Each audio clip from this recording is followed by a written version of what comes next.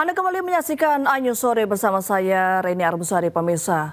Pemirsa, kasus dua balita kakak beradik yang menderita cacingan akut di Kabupaten Seluma, Bengkulu tak terlepas dari faktor ekonomi kedua orang tuanya. Di sisi lain, pemerintah daerah menerjunkan tim untuk menyelidiki secara pasti penyebab dari cacingan akut tersebut.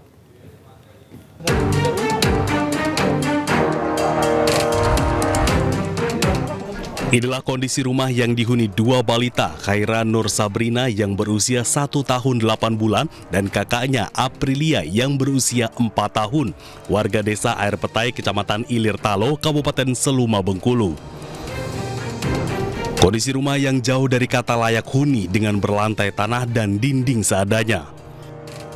Rumah ini juga tidak memiliki sarana MCK yang memadai dan berdekatan dengan sumber air yang digunakan sehari-hari. Hal inilah yang ditengarai menjadi penyebab utama dua balita tersebut menderita cacingan akut dan gizi buruk. Kedua orang tua balita hanya bekerja sebagai buruh sadap karet yang penghasilannya tidak cukup untuk memenuhi gizi dua anaknya, apalagi untuk membuat rumah yang layak. Keseharian orang tua pasien ini, dia kadang-kadang upahan dan juga nakil karet. Karet yang ditakil itu karet bapak orang tua pasien. Ya. Kalau bantuan-bantuan dari pemerintah Posyandu itu ada, Pak? Bantuan dari Posyandu? Iya. Ada. Kalau bantuan lain, Pak, seperti apa? Kalau jenis PKH belum ya. Sementara itu, Pemprov Bengkulu menyatakan kasus ini menjadi pelajaran penting bagi pemerintah, mulai dari pemerintah bawah hingga Pemprov Bengkulu, agar kasus serupa tidak terjadi lagi. Tidak hanya satu aspek saja yang kita perhatikan, kalau misalnya kita lingkungan, tetapi juga bagaimana pemenuhan kebutuhan gizinya. Nah, kita kan sudah punya tim stunting, ya kan? Nah, ini mungkin pelajaran betul bagi kita untuk bagaimana meningkatkan upaya kita bersama-sama, mulai dari pemerintah. Selain fokus kepada kesembuhan dua balita cacingan akut, Pemprov juga akan membangun rumah baru untuk kedua orang tuanya dan juga mengobati kedua orang tua pasien yang diinformasikan memiliki gangguan kesehatan mental. Dari Seluma, Bengkulu, Endro Dwirawan, iNews melaporkan. Pemprov Bengkulu memastikan penanganan pasien balita penderita cacingan akut asal Kabupaten Seluma berjalan baik dengan terus memantau kedua pasien.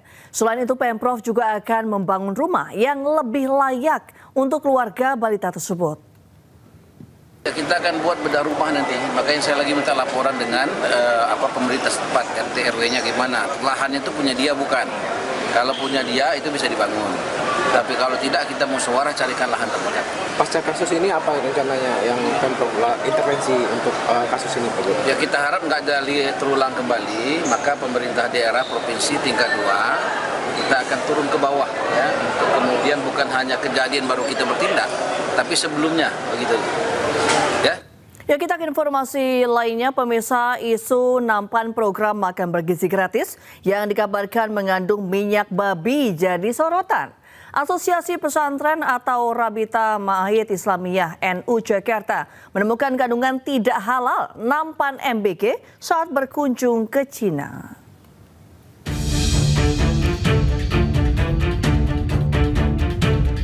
Nampan program makan bergizi gratis yang diduga mengandung minyak babi menjadi sorotan.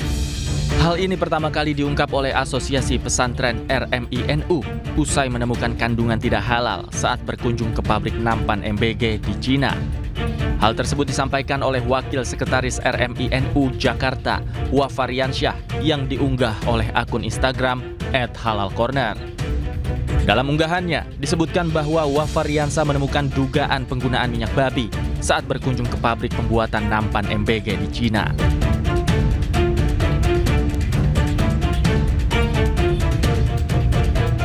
Rasa perlu juga diperhatikan mengenai pengadaan putrenya ya.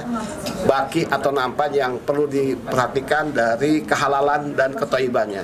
Halal dalam arti prosesnya ini jangan sampai melibatkan unsur-unsur yang najis, yang haram, misalnya menggunakan lemak babi atau alkohol. Terbukti dari hasil daripada investigasi kami, ya, beberapa orang diantaranya dari Wakil Sekretaris RMI NU di Jakarta, Bapak Riansa ini sudah ke sana, ke Cina, melihat bahwa itu prosesnya tidak halal, ya, masih menggunakan lemak babi. Tentu ini jadi keprihatinan kita agar ini tidak lagi dilanjutkan impor terhadap barang-barang yang prosesnya tidak halal.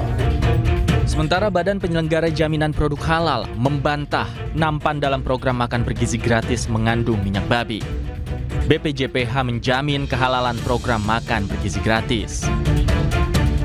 Kami jamin yang berada dan beredar di dapur gizi, yang berada dan beredar di program makan bergizi gratis bukan hanya food tray, tapi menu-menunya, bahan-bahannya, peralatannya, semua dalam pemantauan kami dari Badan Penyelenggara Jaminan Produk Halal, dan kami menjamin halal.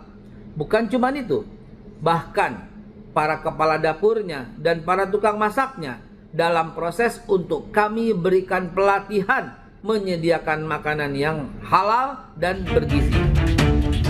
Sementara itu, hingga kini belum ada keterangan resmi dari Badan Gizi Nasional terkait hal ini. Namun masyarakat mendesak pemerintah untuk memberikan pengawasan ketat terhadap kehalalan program makan bergizi gratis. Tim Liputan iNews melaporkan. Ya, sementara itu Kepala Badan Gizi Nasional Dadan Hindayana membantah proses pembuatan food tray alias ompreng untuk program makan bergizi gratis mengandung minyak babi. Menurutnya produksi ompreng memakai minyak nabati yang terbuat dari tumbuh-tumbuhan berbasis industri.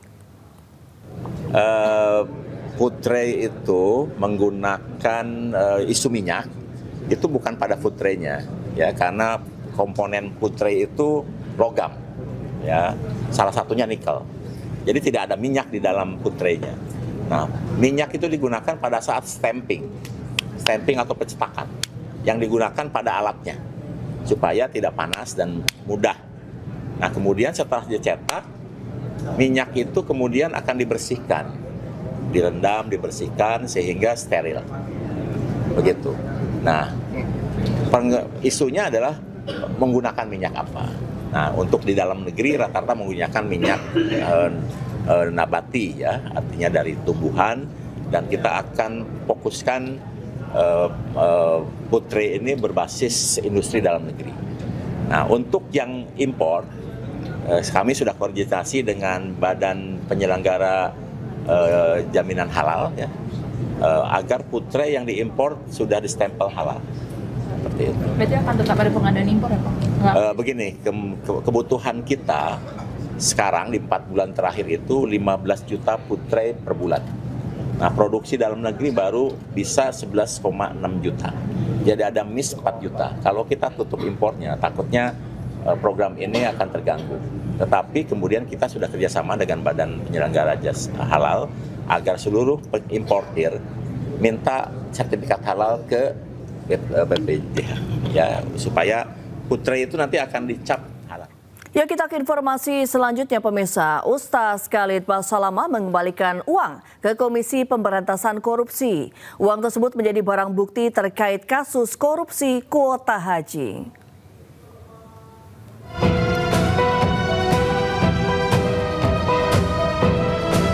Pendakwa Ustadz Khalid Basalamah mengembalikan uang ke Komisi Pemberantasan Korupsi terkait kasus dugaan korupsi kuota haji tahun 2024. Menurut juru bicara KPK, uang yang dikembalikan akan menjadi barang bukti terkait perkara kuota haji. Pada saksi Ustadz Saudara KB, ya, terkait dengan kepemilikannya atas Biro Perjalanan Haji, ya, yang artinya juga mengelola perjalanan ibadah haji bagi para calon jamaah, gitu ya. Jadi terkait dengan pengembalian sejumlah uang itu kami konfirmasi benar ada, namun untuk jumlahnya belum bisa kami sampaikan. Tentunya ini terkait dengan penjualan kuota ibadah haji yang dilakukan oleh saudara Ustadz KP melalui Biro Perjalanan. Sebelumnya, Direktur Travel Uhutur Ustadz Khalid Basalamah diperiksa KPK Selasa pekan lalu. Usai diperiksa, Khalid mengaku memindahkan jemaahnya dari keberangkatan haji furoda ke haji khusus atas bujukan dari seseorang bernama Ibnu Mas'ud. Jadi posisi kami itu sebenarnya korban dari PT Muhibah yang dimiliki oleh Ibnu Mas'ud. Karena kami tadinya semua furoda. Nah, ditawarkanlah untuk pindah menggunakan visa ini. Cuman waktu kami sudah bayar furoda, kami sudah akan berangkat, sudah siap, jemaah juga sudah siap semua. Nah, Ibnu Mas'ud ini dari PT Muhibah datang menawarkan untuk menggunakan visa ini dengan mengatakan itu adalah visa resmi. Ibnu Mas'ud adalah pemilik PT Muhibah Mulia Wisata. Khalid menerima tawaran itu lantaran Ibnu Mas'ud menyebut bahwa kuota haji khusus tersebut resmi dari Kementerian Agama. Tim Liputan iNews melaporkan. Komisi Pemberantasan Korupsi terus mendalami dugaan korupsi kuota haji 2024. Hari ini KPK kembali memeriksa Dirjen Penyelenggaraan Haji dan Umroh Kementerian Agama Hilman Latif. Hari ini juga sudah ada saksi yang hadir dipanggil dan dibutuhkan keterangannya, ya, tentunya untuk membantu penyidik dalam membuat terang perkara ini. Tapi ada kendala nggak sih Mas untuk penetapan tersangka ini, karena udah seminggu dari KPK bilang bahwa akan diumumkan dalam waktu dekat? Sejauh ini penyidikan berjalan baik, tidak ada kendala dan progresif.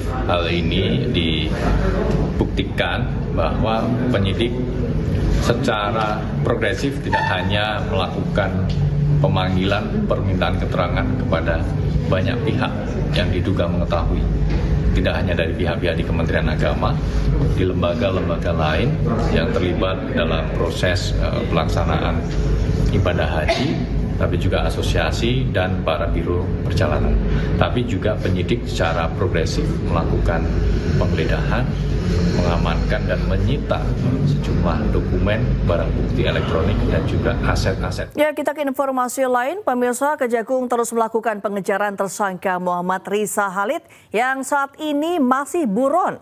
Ya, dalam upayanya Kejagung telah mengajukan permohonan untuk menerbitkan red notice terhadap Riza Khalid kepada Interpol Pusat Lyon Paris.